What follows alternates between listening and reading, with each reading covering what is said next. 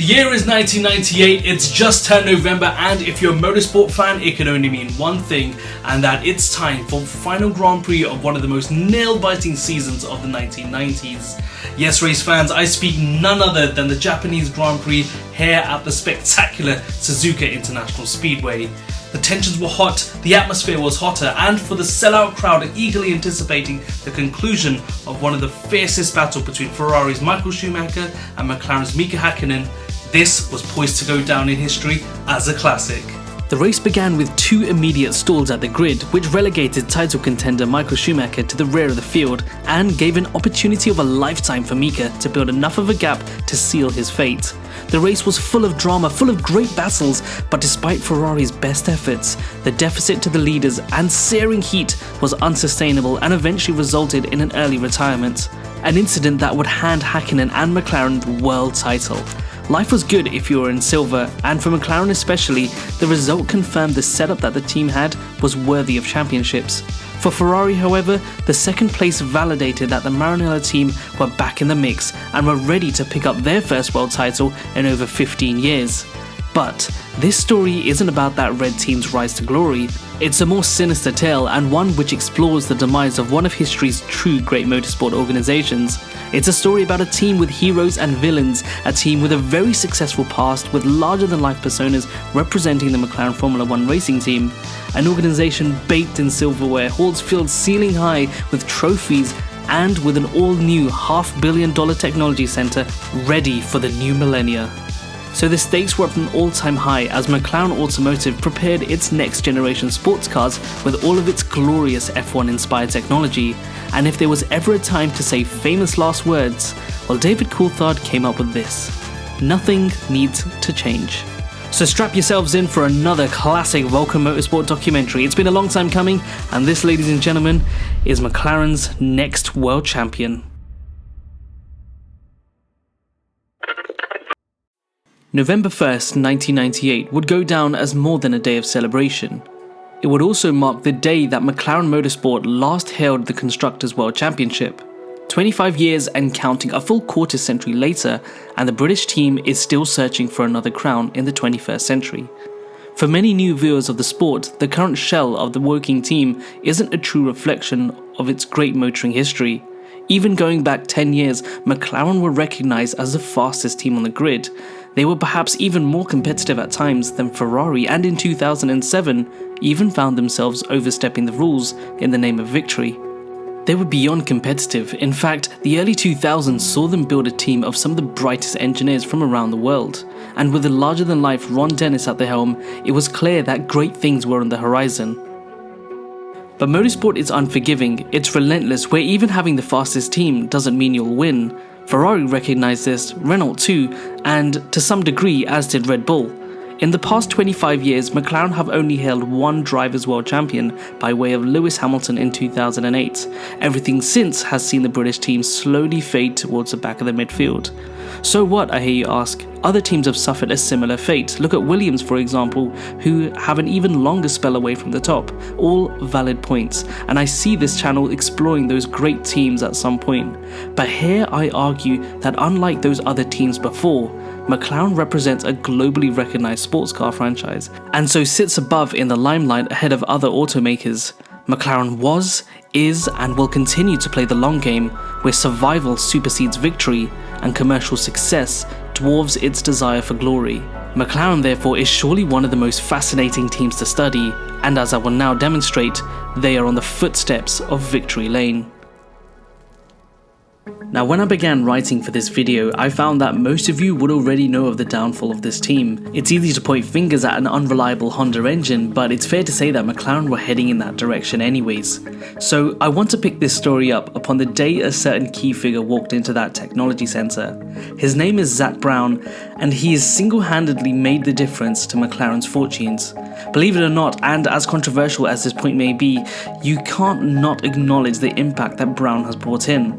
There was a change in energy to the organization as a whole, and it created a buzz that big things were coming.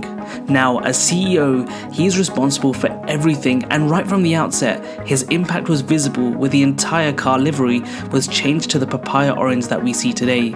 Immediately, McLaren gathered further investment from sponsors, and with the Brown name backing the operation, revelations were happening. From the inside, the growth didn't stop either. Key figures were brought in, staff and management were being reshuffled, and a new driver lineup was being quietly unveiled. But perhaps results say it best. McLaren have doubled their points year in, year out from 2018. They've climbed from the second worst team on the grid to the third best team in less than 3 years, making this British team's return amongst the best of the millennia. Last year, they even secured a 1-2 result, albeit under specific circumstances, but nonetheless, as both Mercedes and Red Bull were jostling for position, McLaren were able to keep their cool. Therefore, McLaren have very much arrived. So who are the new prospective candidates that will be in striking distance in the years to come? We already know of Lando Norris and the long-term commitment that he has with the team.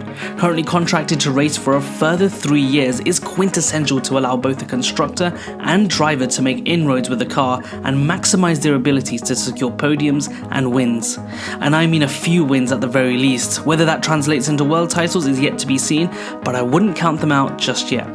Sadly, Daniel Ricardo is now coming to the end of his McLaren time with a relationship that has quickly turned south. At the time of recording, Daniel is in a contract to the end of 2023 and has requested a payout of north of $20 million to leave the team early. It'll be interesting to see how this all unfolds in the coming weeks. F1 silly season is just the best. So let's talk about who's up next. Over the course of the Hungarian Grand Prix, Alpine reserve driver Oscar Piastri signed an initial 2023 deal to replace Ricardo. The conclusion is that Piastri offers a low potential downside in the short term, and more importantly, as a driver with big potential, fits well with McLaren's plan of being in the best place possible from 2024 onwards. That's when the McLaren will have the facilities to match its ambitions and will be the first car that will make use of the new wind tunnel and simulator. It is exactly at this point where the team would like to be fighting for the top constructors and not just best of the rest. It is here where getting Piastri into the McLaren early by buying out Ricardo's seat will give Oscar the best possible experience ahead of the 2024 season, precisely when the McLaren car would be at its best. This is now a beyond sensational topic and deserves a whole video on itself, but very briefly, Oscar Piastri is likely to be the most sought after rookies for a generation. Now, F1 is extremely difficult to get into, but Oscar has paid his dues by winning the F2 title, which gives him the credentials to move up into the top tier of motorsport. In addition to this, 2 teams want him, with a third showing some interest, and after a media frenzy where he denied Alpine driver services, only does wonders for the Australians' value. In other words, Oscar Piastri is about to become the most expensive rookie driver ever. McLaren's Young Driver program has been around the sport for decades now and has seen a number of drivers accelerate to Formula 1. The program aims to support a driver through its junior ranks and was a golden ticket for the one Lewis Hamilton, who was one of the first recruits of this opportunity back in 1998.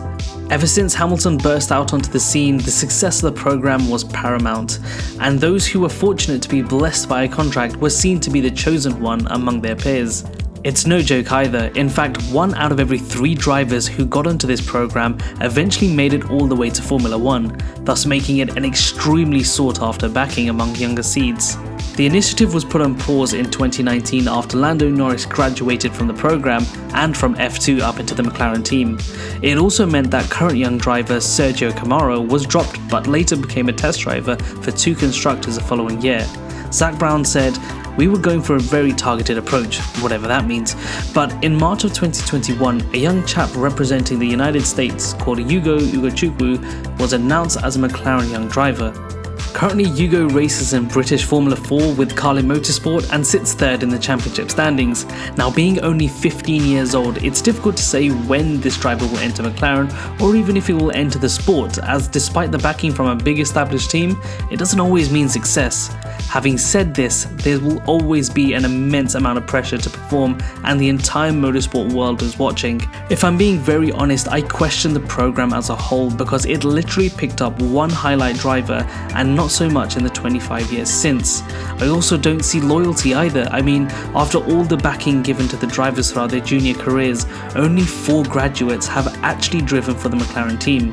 Correct me if I'm wrong, but McLaren are just pushing drivers into F1 over pushing them into the McLaren seats. Well, I guess that's not so bad either.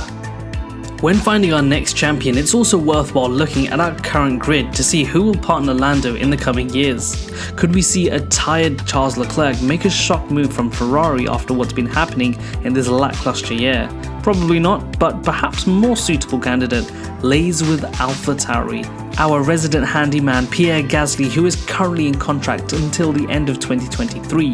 Gasly is an interesting prospect because it's a case of stars aligning for both parties being McLaren and Pierre himself.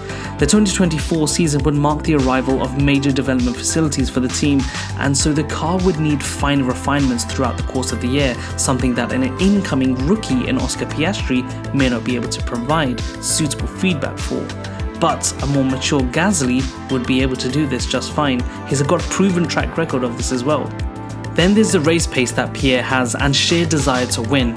It all fits the narrative well, and again this adds back to the notion of McLaren's long-term success. If done right, this move could see the driver retire from this team, as even Norris may want to test the waters elsewhere, including a potential move to Ferrari. Suffice to say, the next champion will most probably hail from this driver academy. If that is the case, then the most likely candidate as of today is Lando Norris. And I also don't see that happening, so we must wait for the new regulations to kick in the 2026 season and see who gets the crack of the whip